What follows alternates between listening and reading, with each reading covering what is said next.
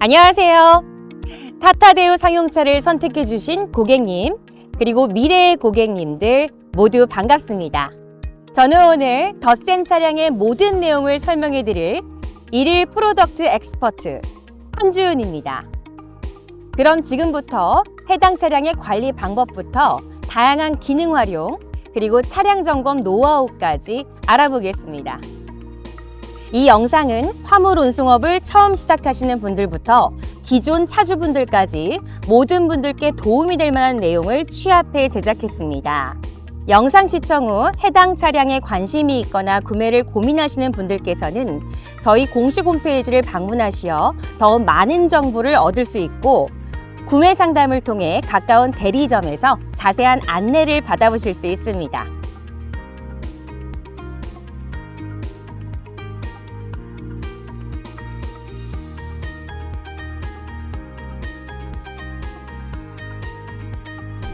차량을 출고하게 되면 제일 먼저 사용하게 되는 장치는 무엇일까요?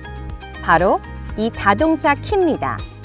제가 오늘 소개해드릴 바로 제 옆에 있는 이 차량이 타타데우 상용차의 준중형 트럭 덧센입니다. 그럼 지금부터 해당 차량의 스마트키 사용법부터 안내해드리겠습니다. 스마트키에는 총 3가지의 물리 버튼이 있습니다. 상단의 도어 잠금 버튼을 짧게 누르면 도어 장치가 잠기고, 해당 버튼을 길게 3초 이상 누르면 창문이 올라가게 됩니다.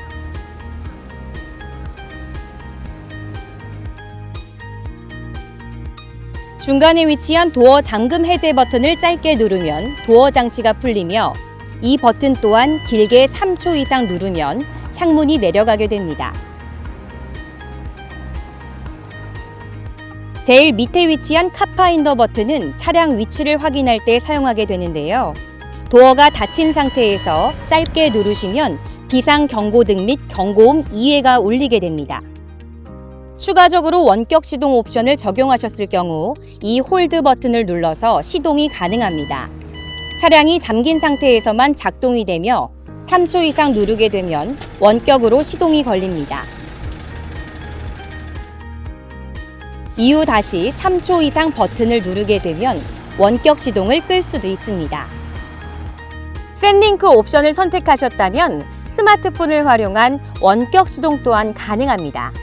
주의하실 점은 안전벨트가 체결된 상태에서 원격 시동을 거는 경우 정상적으로 작동되지 않을 수 있다는 점 참고 부탁드립니다. 스마트키 원격 작동뿐만 아니라 스마트키를 휴대한 상태에서 문 손잡이 하단부에 도어 트리거 버튼을 눌러 운전석 도어를 잠그고 여는 방법도 있습니다.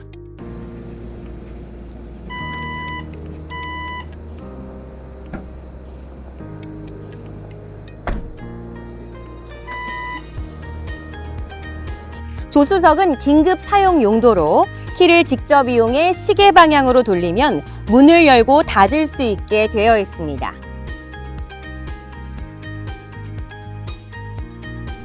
차량 출고를 하시면 스마트 키와 별개로 검은색 키와 파란색 키가 있는 것을 확인하실 수 있습니다. 검은색은 연료 주입구 키, 파란색은 요소수 주입구 키입니다. 이 키들은 연료 및 요소수를 주입하기 위한 개폐용 키인데요. 엔진 시동이 꺼져 있는 상태에서 연료 주입구의 경우 키를 꽂은 후 시계 반대 방향으로 끝까지 돌리면 캡을 열 수 있습니다. 요소수 주입구의 경우 키를 삽입 후 시계 반대 방향으로 끝까지 돌려주셔야 캡을 열 수 있습니다. 요소수가 부족하게 되면 차량 출력 및 성능에 문제가 될 수 있기 때문에 운행 전 반드시 꼭 요소수를 채우고 주행해 주시기 바랍니다. 연료 및 요소수 주입 완료 시 캡을 잠근 후 각 주입구 열대와 반대 방향으로 키를 돌려 닫히는 것을 확인 부탁드립니다.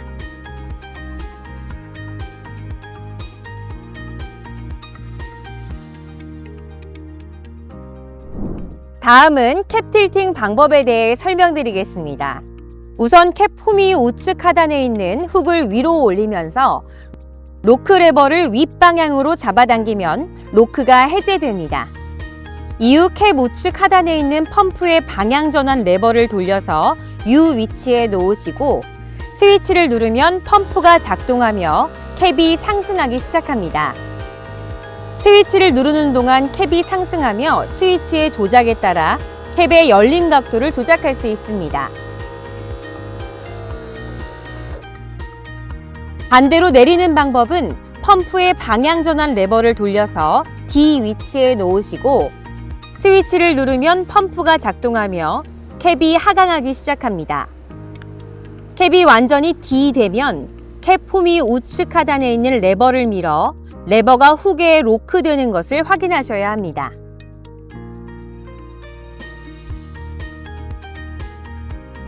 화물차의 경우 장기간 주차를 하게 되는 경우도 많은데요. 이때 차량의 방전을 방지하기 위한 장치가 마련되어 있습니다. 방법은 커넥터 핀을 뽑으시면 됩니다.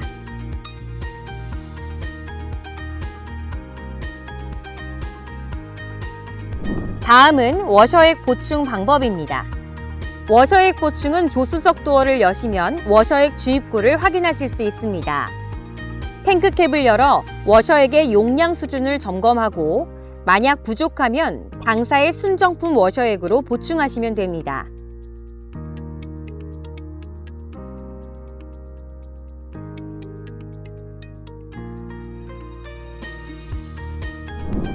지금까지 덧센 차량의 실외에 대해서 살펴봤다면 지금부터는 본격적으로 실내 조작법과 기능에 대해서 알아보겠습니다.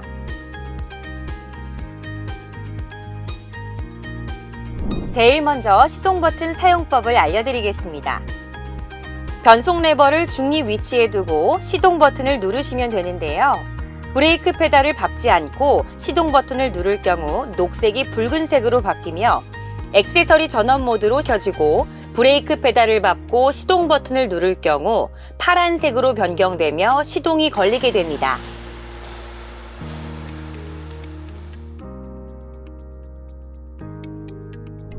실제로 장거리 운행이 잦은 고객님들께 가장 중요한 부분이 아닌가 생각이 드는 시트 포지션 잡는 방법에 대해 알려드리겠습니다. 슬라이더 레버, 시트를 전방 또는 후방으로 이동시킬 경우 사용하십시오. 쿠션 틸트, 높낮이 조정 레버, 운전자의 체형에 맞도록 쿠션의 각도 조정 및 시트 높이를 조정합니다. 에어 서스펜션 락킹 레버, 서스펜션 작동을 원하지 않을 시 레버를 돌려 시트 상하 움직임을 고정합니다. 열선 통풍 스위치, 스위치를 조작해 열선 통풍을 선택할 수 있으며 1단, 2단으로 조절할 수 있습니다. 열선 작동 시 빨간 LED가 점등되며 통풍 작동 시 파란 LED가 점등됩니다. 등받이 각도 조정 레버, 운전자의 체형에 맞도록 등받이 각도를 조정합니다. 등받이 지지대 조정 레버, 운전자가 시트에 앉아 자기 체형에 맞도록 조정할 경우 사용합니다. 이렇게 좌석 포지션을 조정하신 후 핸들의 각도와 높이도 조정한다면 더욱 편안한 주행이 가능할 것 같습니다. 여기 보이시는 조향 핸들 고정 레버를 위로 올려서 핸들을 전후, 상하로 움직여 각도를 조정할 수 있고 핸들의 각도 조정이 끝나면 핸들이 정확하게 고정되었는지 확인해 주시면 됩니다.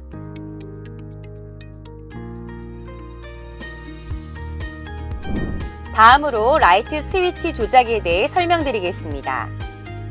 조향 핸들 좌측 하단에 있는 라이트 스위치는 3단으로 작동되게 되어 있습니다. 좌측부터 설명드리자면 첫 번째는 오토라이트 기능이고 센서로부터 받은 일조량에 따라 전조등과 미동이 자동으로 점등, 소등됩니다. 차량 시동을 끄고 문을 잠근 이후에는 자동으로 불이 소등되니 일반적으로는 오토라이트에 두고 쓰시면 됩니다. 다음 동그라미 부분은 소등 부분이고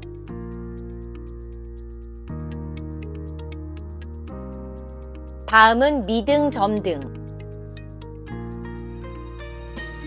맨 우측은 전조등, 점등입니다. 안개등을 점등하는 방법은 미등이 켜진 상태에서 노브를 위로 뽑으면 안개등이 점등됩니다.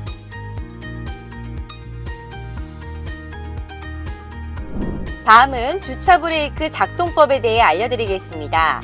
주차 브레이크 레버가 전방을 향하고 있는 상태가 주차 상태입니다. 노브를 앞으로 밀면 주차 브레이크가 작동되면서 딸깍 소리가 납니다. 해제 시는 노브 로킹 레버를 들어 올려서 노브를 뒤로 당기면 됩니다. 1번에서 2번으로 밀면 트럭의 주차 브레이크가 점차적으로 작동하며 비상시 사용하는 브레이크로서 속도를 늦출 때 사용할 수 있습니다. 다음은 GF 변속기 사용 방법에 대해 알려드리겠습니다. 변속기 레버는 로타리 스위치와 팀 레버로 구성되어 있는데요. 로타리 스위치는 차량의 주행 방향을 선택할 때 사용하고 팀 레버는 기어를 선택하거나 작동 모드를 바꿀 때 사용합니다. 팀 레버 옆쪽에 위치한 자동 및 수동 변환 스위치를 누르면 자동 모드에서 수동 모드로, 수동 모드에서 자동 모드로 변환됩니다.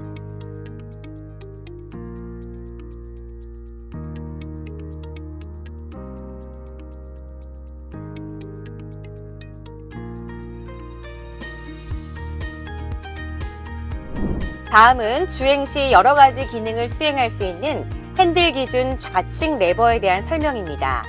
기본적으로 방향 지시등과 전조등의 조작이 가능하고 크루즈 또는 PTO 기능을 활성화시킬 수 있는 기능도 있습니다. 크루즈는 사용자가 세팅한 특정 속도로 일정하게 차량이 주행하는 걸 말합니다.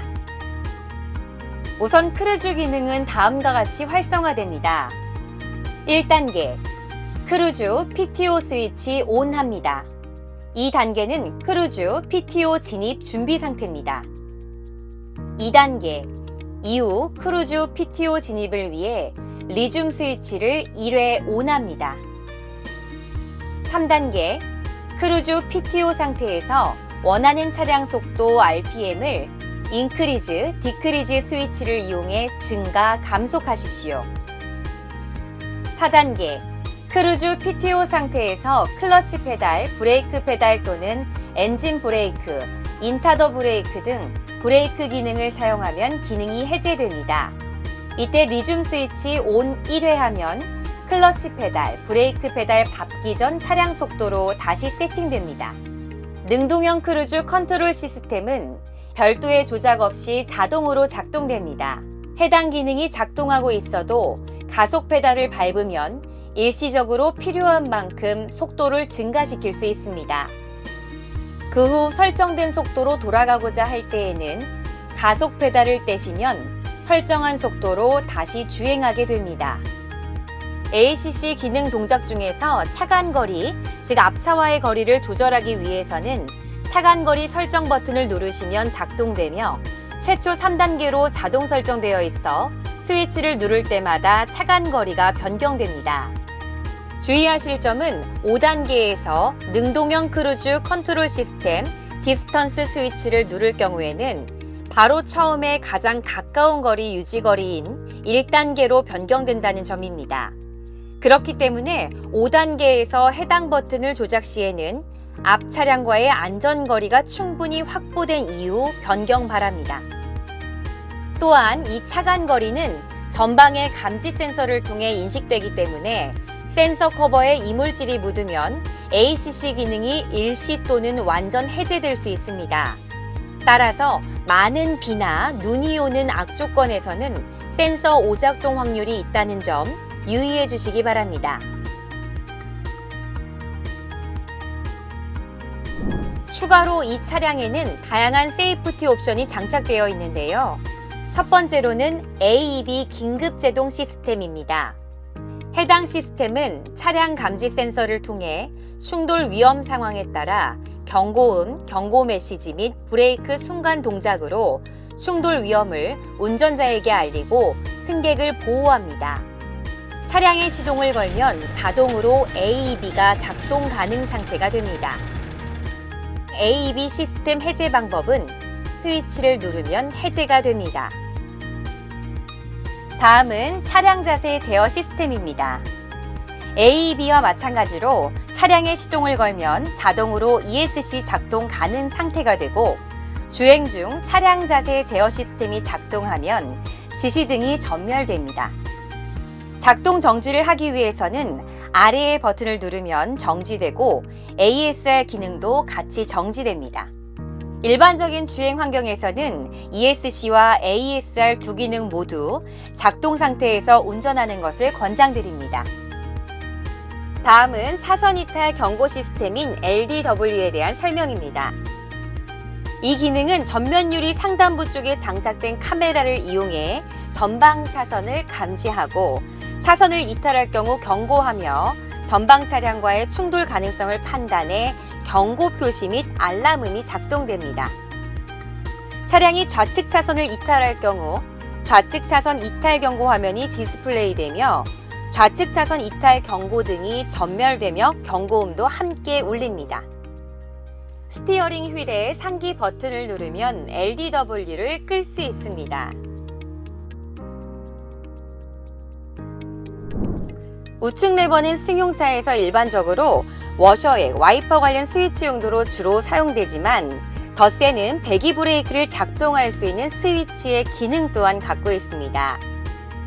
배기 브레이크란 풋 브레이크의 보조 용도로 차량 감속을 편하게 할 수 있는 기능들인데요. 배기 브레이크는 배기가스의 흐름을 막아 제동합니다. 배기 브레이크는 가속 페달과 클러치 페달을 밟지 않은 상태에서만 작동되며 가속 또는 클러치 페달을 밟는 동안은 해제됩니다. 작동 방법은 배기 브레이크 스위치 레버를 내리면 작동됨과 동시에 계기판의 지시등이 점등됩니다. 지금부터는 설명드리지 못했던 스위치들에 대해서 간략히 설명드리겠습니다. 사이드 미러 열선 스위치. 스위치를 누르면 미러 내에 장착되어 있는 열선에 의해 습기 및 서리가 제거됩니다. 스위치 작동 시 15분 동안 열선이 작동되며 이후 자동으로 오프됩니다. 조형 핸들 열선 스위치. 엔진 시동이 걸린 상태에서 조형 핸들 열선 스위치를 누르면 작동등이 점등되고 핸들이 따뜻해집니다. 스위치를 다시 누르면 작동등은 소등되고 열선 작동이 중단됩니다. 후방 주차거리 경고 시스템 스위치. 후진 기어를 넣으면 후방 주차거리 경고 시스템이 작동됩니다. 후방 주차거리 경고 시스템이 작동되는 중에 스위치를 누르면 후방 주차 거리 경고 시스템이 해제됩니다. 언덕길 발진 보조 스위치.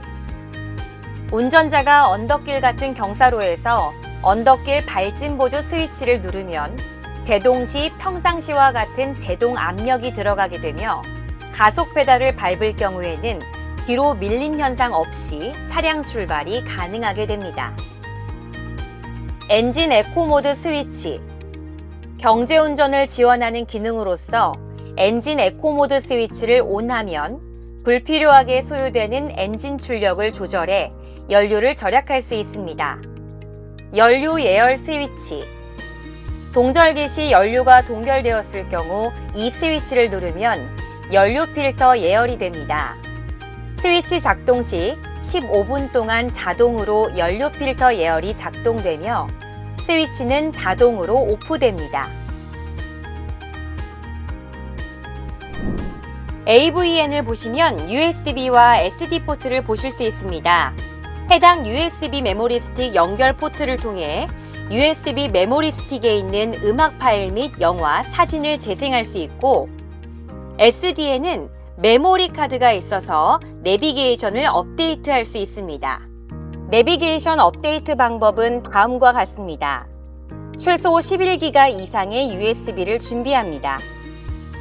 보여지는 영상과 같이 타타데우 상용차 공식 홈페이지에 접속하셔서 스마트 업데이트 파트너 프로그램을 다운받으시고 PC에서 USB 장치로 내비게이션 업데이트 파일을 다운로드합니다.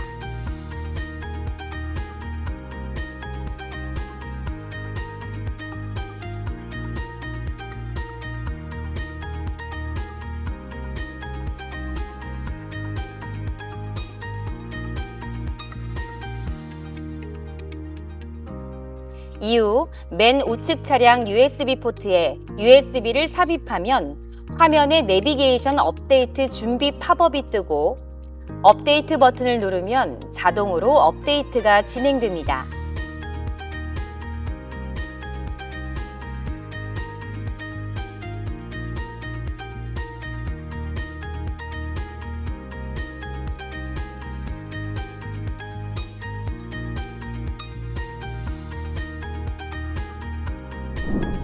실내 헤드룸 쪽을 보시면 전자식 기록계와 하이패스 기능이 있고 우측을 보시면 샌링크 기능을 위한 전자장치가 있습니다.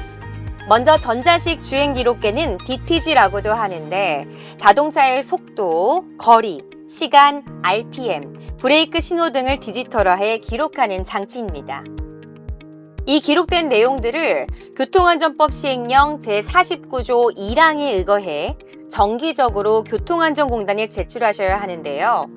USB 장치를 통해서 주행 기록들을 다운로드 받아서 제출하실 수 있게 하는 장치입니다. 최초 사용 시에는 차량 번호, 사업자 번호, 업종 코드를 입력하셔야 되고 방법은 다음과 같습니다.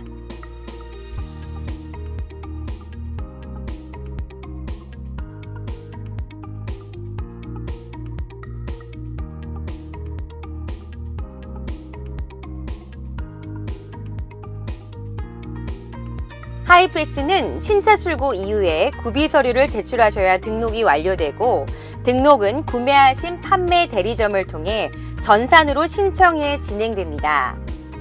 다만 출고 시점엔 도로공사의 하이패스 용도가 화물로 등록되어 있지 않으니 고속도로 톨게이트에 위치한 도로공사 영업소에 방문하시어 화물 등록 및 심야 할인 등록 후 사용해 주셔야 합니다.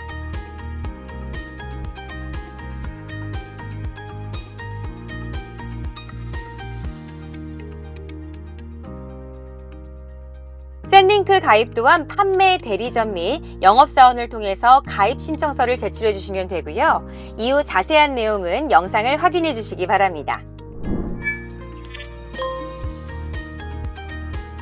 샌링크 가입 절차에 대해 안내해 드리겠습니다. 샌링크 가입 신청서는 차량을 출고한 대리점 혹은 영업사원분을 통해 작성하실 수 있습니다. 정해진 양식에 맞게 가입 신청서를 작성해 주시면 되는데요. 이 올바른 개인정보가 기입되어야 개통 절차가 원활하게 진행될 수 있습니다. 여기 보시면 성함, 주민등록번호, 휴대폰번호, 주소 등 필수 항목을 빠짐없이 그리고 정확하게 작성 부탁드리고 특히 마지막에 서명, 누락 없이 꼭 기재해 주세요. 작성된 가입 신청서는 대리점을 통해 샌링크 콜센터로 전달되어 해피콜을 드릴 건데요. 고객님의 개인 정보를 확인한 이후 개통 절차가 마무리됩니다. 이때 콜센터에서는 080으로 시작하는 번호로 전화를 드리게 되는데요. 스팸 처리가 되어 있는 경우 전화가 가지 않을 수 있으니 미리 확인 부탁드리겠습니다. 해피콜 이후에는 고객님께서 직접 차량에 설치된 단말기 리셋을 해주셔야 합니다. 단말기 전면에 있는 작은 구멍을 바늘 같은 도구로 꾹 찔러주세요. LED 불빛이 깜빡이면 리셋이 시작되고 전멸이 소등되면 개통이 완료됩니다. 끝으로 샌링크 사용에 필요한 앱은 플레이스토어, 앱스토어에서 다운로드 해주시면 됩니다. 샌링크 가입이 어려우신 분은 콜센터 혹은 가입 대리점에 언제든 문의해주세요. 다음은 퓨즈박스 위치 및 개폐 방법에 대해서 설명드리겠습니다. 퓨즈박스는 실내에 하나, 실외에 하나, 총 2개의 퓨즈박스가 있습니다. 퓨즈박스는 조수석 앞에 설치되어 있고 글로브박스 잠근 장치 2개를 풀면 퓨즈박스 커버를 열 수 있습니다. 고장 원인에 따라 상세한 퓨즈 교체는 취급 설명서를 참고하시거나 가까운 정비소에 방문하시어 점검 바랍니다. 상용차의 특성상 운행 전마다 차량 상태를 점검하는 것은 너무나도 중요한 일입니다. 다음은 운행 중 안전사고 및 긴급사고 등을 방지하기 위한 방법들을 알아보겠습니다.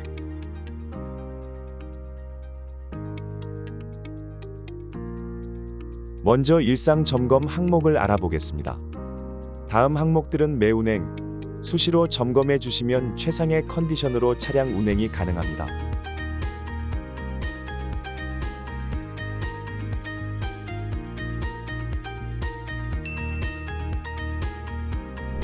대표적인 차량 관리 항목은 엔진오일입니다. 일반 차량들과 마찬가지로 엔진 오일 점검은 필수적입니다.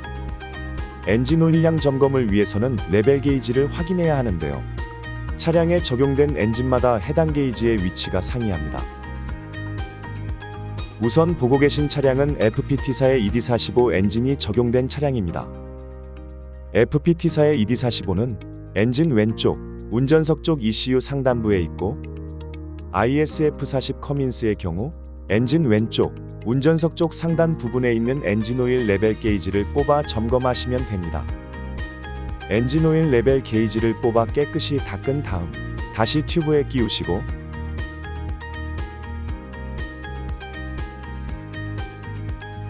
레벨 게이지를 다시 뽑아 오일량 및 오일의 오염 여부를 점검하시면 됩니다.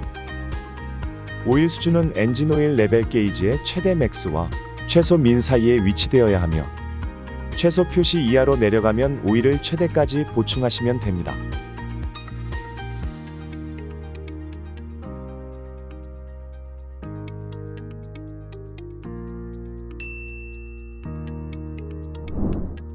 다음은 엔진 냉각수량 점검입니다.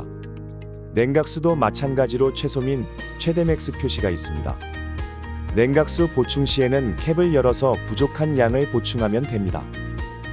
주행 이후에 바로 캡을 열게 되면 압력에 의해 유증기가 나오며 화상을 입을 수도 있으니 정차 후 어느 정도 냉각이 된 상태에서 캡을 오픈해야 합니다.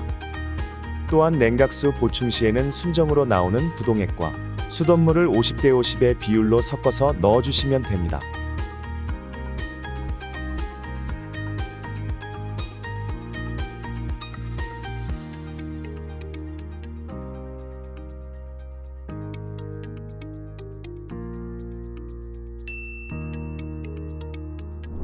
다음은 에어탱크 수분 제거입니다. 이 작업은 제때 하지 않는다면 수분 결빙으로 인해 브레이크 성능이 저하될 수 있습니다. 동절기에는 특히 차량 운행 직후에 하는 것을 추천합니다. 에어탱크 하단에 손가락으로 걸 수 있는 고리가 있는데 고리 부분을 당기면서 꺾어주시면 치익 소리가 나면서 에어탱크 내 수분이 빠지는 것을 볼 수 있습니다.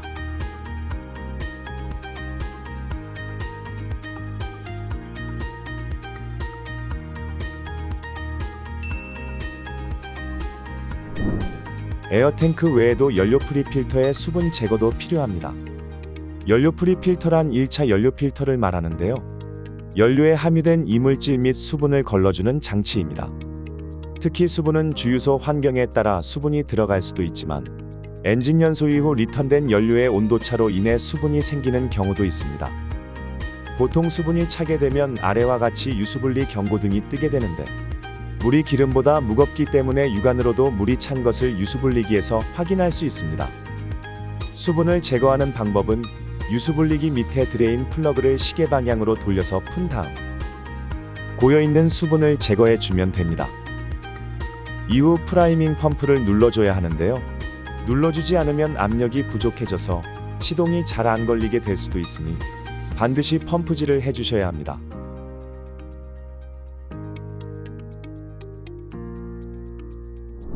그 외에 누유, 누수, 누기 부위 점검을 자주 해주시면 좋은데 차주분들께서 직접 해당 부위 확인이 어려운 부분이니 단골 정비소에서 지속적인 관리를 해주시면 좋습니다. 특히 그리스는 지속적으로 관리해주시면 좋은 부분인데 소음뿐만 아니라 제품의 기능에도 영향을 줄 수 있어서 주기적인 관리가 필요한 부분입니다.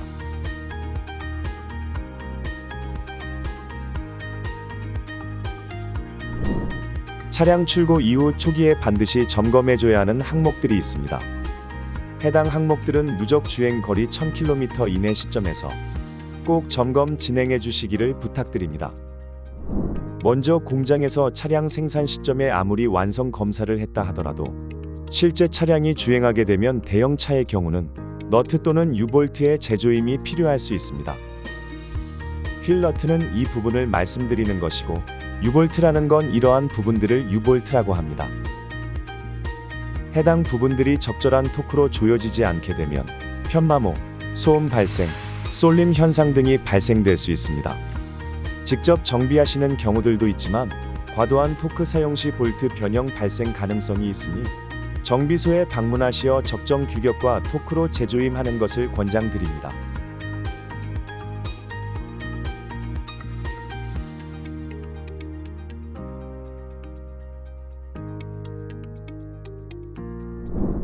어느 정도 주행을 진행한 차량 상태이기 때문에 타이어 마모 상태를 한번 봐주셔야 하는데요. 타이어 접지면이 한쪽으로 치우친 타이어면이 마모가 되어 수명이 단축되는 경우가 있습니다.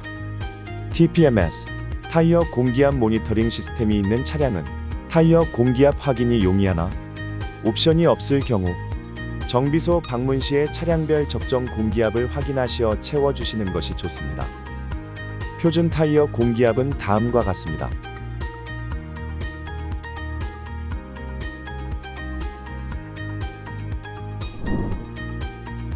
먼저 조수석 앞 글로브 박스 아래에 있는 판넬을 열면 에어컨 필터가 위치해 있습니다. 작은 집게등을 이용해 잡아당기면 에어컨 필터가 빠져나오게 됩니다. 빼실 때 방향을 잘 보시고 교체 후 삽입해 주실 때 방향이 바뀌지 않도록 하셔야 합니다.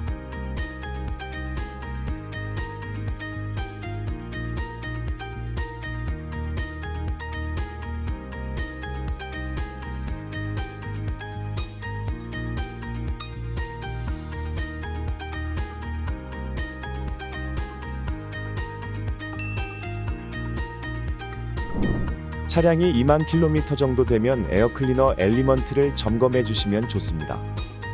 자동차 에어클리너는 엔진으로 유입되는 미세먼지나 이물질을 여과해서 엔진 실린더에 전달하는 역할을 합니다. 점검 방법은 다음과 같습니다. 에어클리너 프로텍터 볼트를 탈거한 뒤 4개의 클램프를 풀어 에어클리너 뚜껑을 열면 엘리먼트, 필터를 탈거할 수 있습니다. 필터를 빼서 가볍게 털어주시면 됩니다.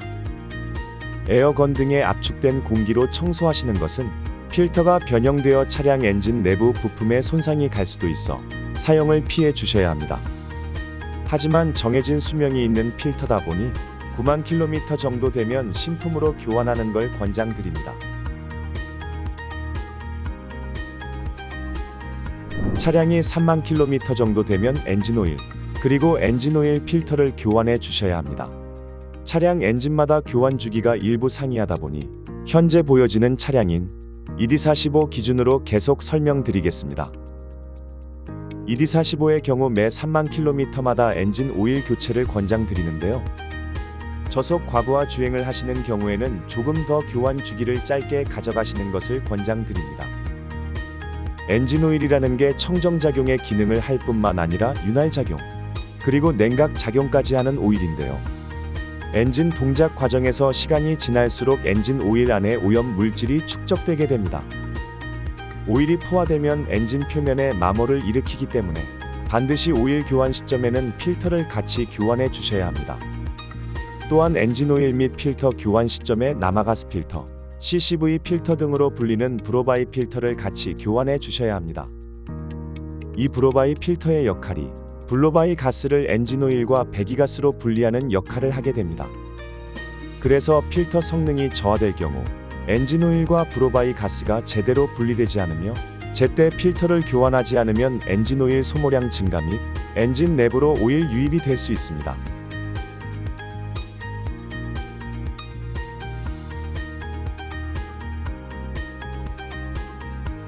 차종에 따라 다르지만 초기 점검 이후 약 3에서 4만 킬로미터마다 디퍼런셜 오일도 교체해 주시는 것을 권장드립니다. 디퍼런셜 오일은 디퍼런셜 내부에 발생하는 기어와 베어링이 원활하게 작동하도록 도와줍니다. 적절한 시점에 교환을 하지 않을 경우 기어와 베어링이 부식되거나 쇳가루가 발생하는 등의 이슈가 생길 수 있습니다.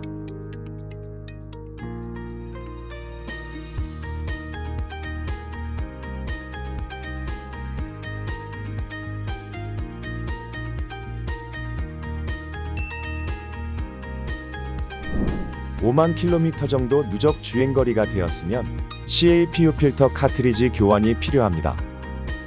이 필터는 컴프레서에서 생성된 압축 공기를 정화하고 건조하는 역할을 합니다. 적정 시기에 교환하지 않을 경우 에어탱크에 이물질이 유입되어 브레이크 성능 저하가 발생될 수도 있습니다.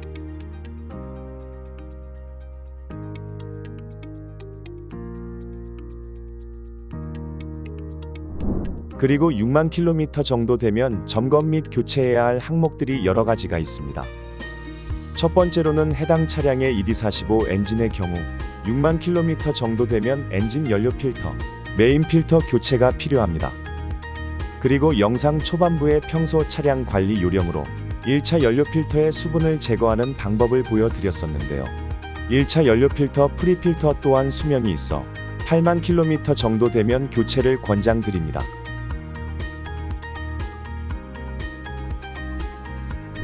두 번째로는 냉각수 교환인데요. 냉각수는 엔진 내부를 순환하여 엔진의 열을 식혀 최적의 온도를 유지시켜주는 역할을 합니다.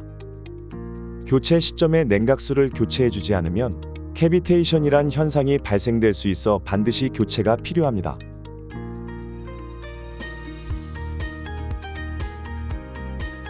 세 번째로는 인터쿨러를 확인해 주셔야 합니다. 차량 여기 하단 부분에 보면 이 부품을 인터쿨러라고 하는데요. 공기가 실린더의 연소실로 들어가기 전에 공기의 온도를 냉각하여 공기의 밀도를 높인 다음 더 많은 공기를 연소실로 넣을 수 있도록 하는 장치입니다. 6만 킬로미터 정도 되었을 때 하단의 양쪽 볼트를 풀어보면 물 또는 기름이 나오는 경우가 있습니다. 물은 나와도 큰 이슈는 없는데 오일이 나오는 경우 브로바이 필터를 제때 교환하지 않아 나올 수 있어서 해당 부분은 반드시 정비소에 방문하셔서 점검 받으셔야 합니다. 인터쿨러 안에 물이 있는 것 자체가 성능에 영향을 줄 수 있어서 6만 킬로미터 또는 동절기 이전에 배출 권장드립니다. 그리고 무엇보다 풀었던 볼트를 풀고 다시 잘 잠가 놓지 않으면 출력 저하가 생길 수 있기에 점검 이후 재결합 시 주의해 주셔야 합니다.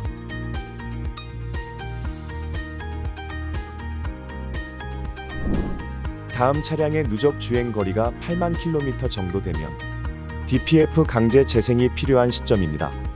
DPF는 차량에서 배출되는 매연 가운데 미세매연 입자 배출을 감소시키는 장치를 말하고 매연의 미세매연 입자를 포집하는 장치와 포집한 입자를 태워 없애는 장치로 이루어져 있습니다. 이 DPF를 포집하는 장치 내에 필터가 있는데 필터가 꽉 차서 막히게 되면 연비와 출력이 동시에 저하시키며 경고등을 띄우게 됩니다. 막힌 필터 상태를 뚫기 위해서는 고온으로 미세입자를 태우는 청소 과정이 필요한데요. 이를 DPF 강제재생이라고 합니다.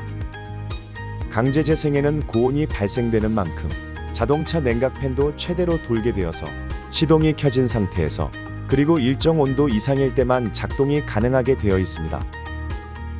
강제재생 방법은 우선 경고등이 떠야 강제재생 모드 진입이 가능하고 동작 시간은 약 1시간 이내로 소요됩니다. 우선 최초 경고등이 점등되고 5초 동안 경고음이 울리면 경고등이 소등될 때까지 주행을 계속하거나 차량을 안전한 곳에 주차 후 DPF 강제재생을 하시면 됩니다. 이후에도 경고등이 계속 전멸되면서 5초 동안 경고음이 울리면 즉시 차량을 안전한 곳에 주차 후 DPF 강제재생을 하시면 됩니다. 다만 스톱 엔진 경고등 적색과 OBD 경고등 호박색이 동시에 점등된 경우 경고등이 동시에 점등되면서 5초 동안 경고음이 울리면 즉시 차량을 안전한 곳에 정차 후 긴급 서비스 출동을 요청하셔야 합니다.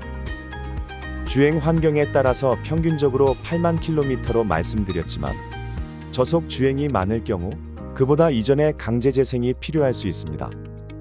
또 DPF 강제 재생은 정비소에 방문하셔서 차량 진단기를 통해 재생 작업을 받으실 수 있습니다. 운행 조건에 따라서 강제 재생이 되지 않을 정도로 DPF 내부에 찌꺼기가 축적이 되었다면 장비를 통한 클리닝이 필요합니다. 해당 방식은 고온의 열로 매연을 태우는 클리닝입니다. 강제 재생이나 클리닝 방식은 차량의 상태에 따라 적합한 관리 방법이 다르기 때문에 정비소에 방문하셔서 점검 받으시기를 바랍니다. DPF가 강제 재생만 요하는 것은 아닙니다.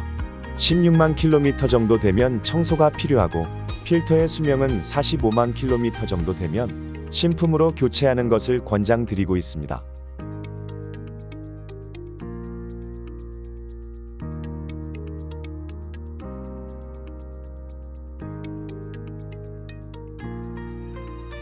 이후 12만 킬로미터 정도 되면 엔진 밸브 간극 점검 및 조정이 필요한 시기가 됩니다. 엔진의 올바른 작동을 위해서는 관련 부품들이 적절한 간격을 유지해줘야 하는데 엔진이 열을 받고 오래 사용하다 보면 이 간극이 벌어질 수 있습니다. 따라서 점검 주기가 도래하게 되면 이 또한 정비소에 방문하시어 점검 받으시는 것을 권장드립니다.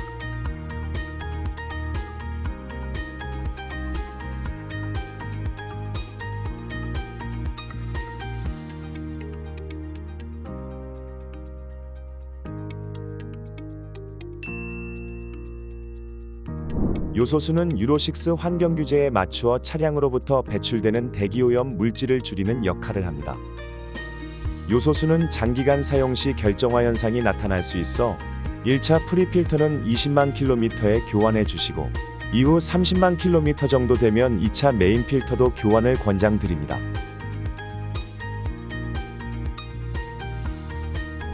이외에도 20만 킬로미터를 넘었다면 이제 엔진 부속 벨트 교환이 필요한 시점입니다.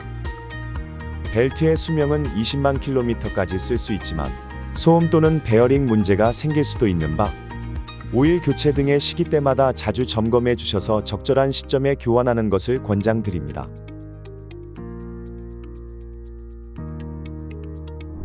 그리고 미션 오일은 현 차종에 적용된 ZF8단일 경우 3년 또는 24만 킬로미터마다 미션 오일을 교환하시는 걸 권장드립니다.